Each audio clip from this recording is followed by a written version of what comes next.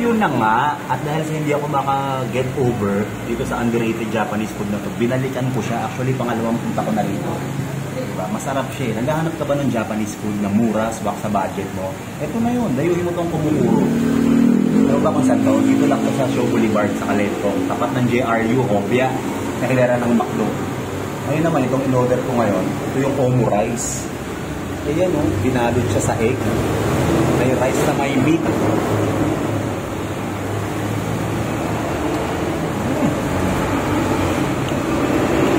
Mo yun eh. Sarap na. Swabe rin pong takoyaki nila rito. Sabi ko na rin ito nung kinain ko yung order ko.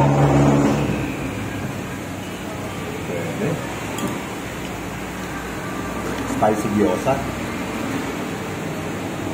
Ano ba yan?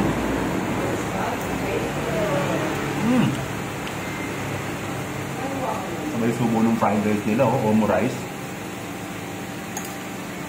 Kaya sa maganda dito, mura lang siya. Tapos masarap talaga. Kaya dalhin nyo to. Ito naman yung kanilang seafood ramen. Tingnan mo naman yung laman, ang dami.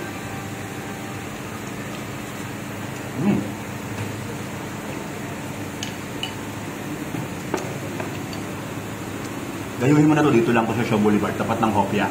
Tara, putip na tayo, dito lang yan sa biyahe ni Food.